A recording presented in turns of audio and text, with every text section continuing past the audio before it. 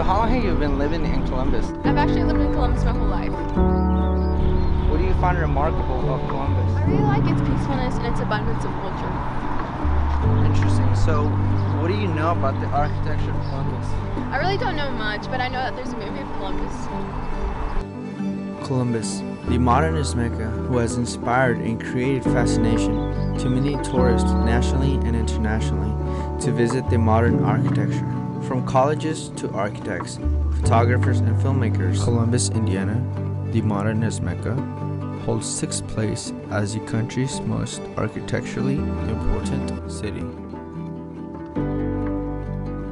According to the Columbus, Indiana Area Visitor Center, in 2017, Columbus gave 977 tours to 12,100 people. When entering Columbus, you'll be welcomed by the glamorous Robert Stewart Bridge, designed by J. Mueller International in 1999. Built in 1971, was the ignition of SOM architects to revitalize Columbus. It was initially built for the Republic newspaper of Columbus until it became the IU J. Irwin Architecture Program School in 2018.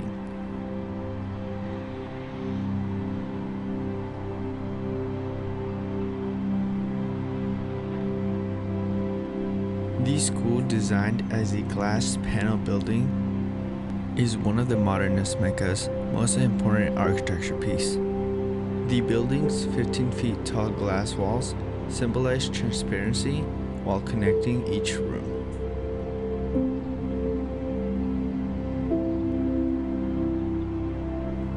Through its history, it has received many recognitions, such as being first place in American Press magazine, while having a Design in Steel citation for excellence design in 1974. In addition, it received the National Honor Award by the AIA in 1975. Adding to its success, it was recognized as a National Historic Landmark in 2012. When acquired by the Indiana University, it was named as a J. Irwin Architecture Program School in honor of Cummins executive, philanthropist, and founder of Cummins Architecture Foundation.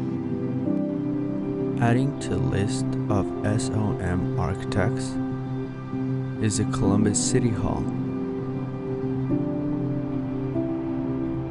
Built in 1981, the 60,000 square foot unique triangular government building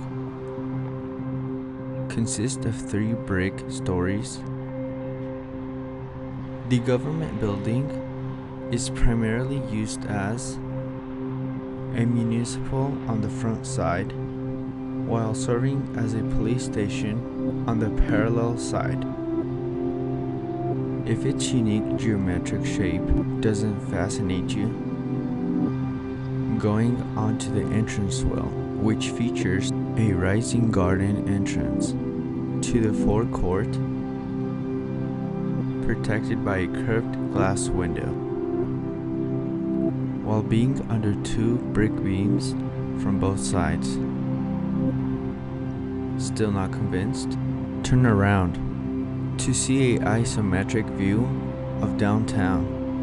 The significance of this building can be seen as the city's heartland of modernism, described by the Architects magazine. From an isometric view of City Hall, you'll see the monumental relationship between the jurisdiction being the first architecture piece in Columbus and a sincere memorial installed on May 30th, 1997. The memorial tributes soldiers who answered to the nation's call of the 20th century. With 25 pillars in a 5x5 grid, and 40 feet tall.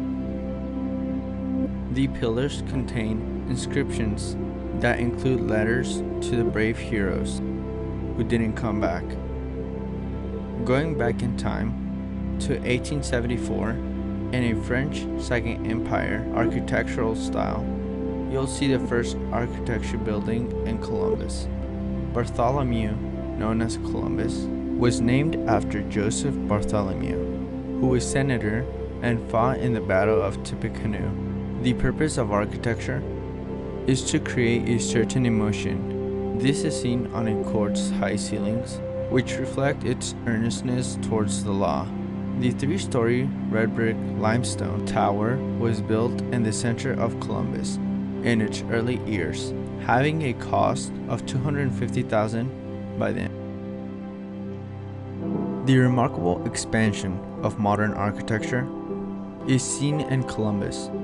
However, 5th Street is a particular street where you will find the electrifying vision of many architects and the legacy of modern architecture. Entering into a Greek mythology, you will observe the Eos, which signifies Goddess of Dawn. This sculpture was made by artist Dessa Kirk in 2006.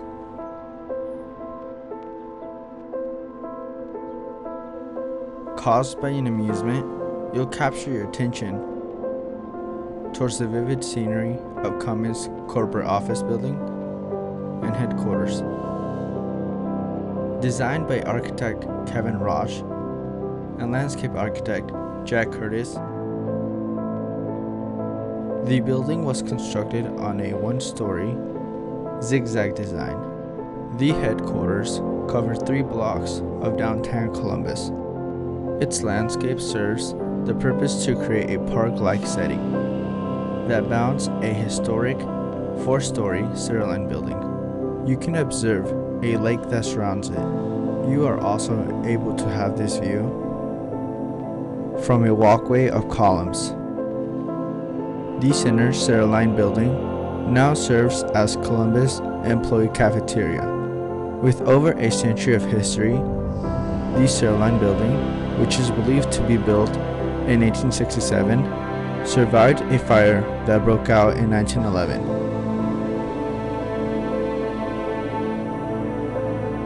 Across Cummins' headquarters is a bank built with a vision to change the perspective it is seen. J. Erwin Miller, as an executive of Cummins, would change the concept of how banks were designed. With the help of Eero Saarinen, he would so in 1954. Saarinen's approach was a low glass building with design elements of glass and steel. The bank was built with a drive-through that enters from 5th Street and exits in Jackson Street.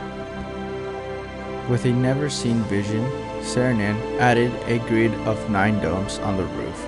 This provided the relief to having a flat roof. The domes function to suspended lights in the interior. Being a work of art, the Erwin Union Bank would finalize its concept with landscape architect Dan Kiley, who surrounded the bank with trees. Saarinen described this design as an office garden. 35 years later, Kevin Roche, who was the assistant of Saarinen during the project, would renovate the bank for additional space in 1989. During an economic crisis, the bank was bought by First Financial Bank to then be acquired by Cummins as a conference and hospitality center. Since its renovation by Kevin Roche, it has not been renovated. With a modern design, it became a national landmark in 2001. Knowledge has always been vital to a civilization, for it drives us to innovation that creates the future. This knowledge can be obtained in a library, which its abundance opens us to new worlds and experiences. Cleo Rogers was a leading example of what knowledge meant in Columbus. The work of Miss Rogers led to Columbus establish the new library as a memorial to her. Built in 1969, The Cleo Rogers Public Library was designed to create a civic space in the heart of Fifth Avenue that's united with its twin red brick sister, the First Christian Church. When the project was presented, Eero Saarinen was in the first line to design the project. Due to his unfortunate death, the Erwin Sweeney Miller Foundation chose Eyvi H.P, who designed the Louvre Triangle in Paris, and many famous modern architecture in the country. The design of Eyvi H.P would lead the city to closing a street, creating an isolation for the library that would establish the large arch sculpture by Henry Moore. This sculpture would create an orchestra and a truly modern space.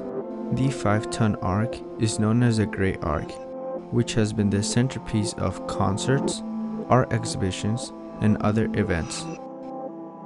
Entering the modern library, the distinctive features it expresses will leave you dazzled. Pei's interest was to design a building that uses sustainable building practices, which is seen throughout the whole library. Across the Architects Avenue is a vital architecture piece that would open doors to the name of Modernist Mecca. This architecture piece would be the costliest in the world in this time, the first modern architecture piece in Columbus, as to being the initiation to modern church architecture in the country. Built in 1949, the First Christian Church is a brick and limestone complex that is designed into multiple rectangular masses with a 160 feet tall bell tower. Its design was a work of father and son Eliel and Eero Saarinen, who were Europe's most famous modern architects. The church was built on a $950,000 budget, which is adjusted to $50 million in today's inflation. Built in a full block of Columbus, the Saarinen's design was based on the fundamentals of Christian faith, rather than traditional church designs. When announced, the church became national news and was praised by the Times Magazine for being the costliest first church modern design and its size. The Christian Century saw First Christian Church as the most daring innovation in American church architecture. In addition, it was seen as a model for the 20th century ecclesiastical architecture. This impressive architectural design would lead the church to become a national landmark in 2001. Along with First Christian Church, St. Bartholomew Catholic Church shows that modern architecture is expressed in the spiritual life. From an interview with Kathy Davis Shanks, member and associate of the Catholic Church, she informs me about the architectonics of the church that originates to the 1800s with the old St. Bartholomew Church. During the 1960s, as Columbus was growing, St. Columba was built, and today's current campus. In 1985, as both churches became more consolidated, the religious administration began to analyze both properties that led to selling St. Bartholomew and build a new church in the campus of St. Columba. Through a design competition, architectural companies were invited to study the traditions and history, where ratio architects were chosen. The design concept was to sit more than 900 visitors in a space that would fit in a corner entrance of Home Avenue, while being able to fit in a modern architectural city. The result was a merge of traditional and contemporary church design that created excitement for its community. The architectural design tells many aspects of the church, which is seen with its shell shape that replicates the baptismal font space. The interior design also tells a story that begins in the entrance with a low ceiling that decompresses you from the world onto a high ceiling that sets you free. Through the process of this exciting merge, many of the pieces from both churches were transferred onto the new modern contemporary church. Having an immense basement allows many activities to be done while enjoying the natural light, which is usually not seen on a traditional church. Being a slanted building, the church is able to keep the same ground level between the entrance door and the altar. When observing the altar, you'll notice 3 steps, which represent faith, hope, and love. Having many holy and modern features, the church's transparency windows allows the people to feel like being inside, even if not being a member. Throughout the whole architecture experience, what would you say was your favorite part? I think my favorite was touring the Irwin Miller House for sure. But I really liked enjoying the different concepts of architecture and learning how the different colors can affect the total aspect and outlook of it. Architecture is more than a building. It tells us what a society is. The purpose of architecture is to unite the human race, reflect their culture, and direct them onto an innovational future. Although it has diverse designs, architecture is a universal language of a society, which is what the Modernist Mecca shows us. Although we explored some of the key sites of the Modernist Mecca, its abundance leaves me to say farewell. I'll see you again in the Modernist Mecca Part 2.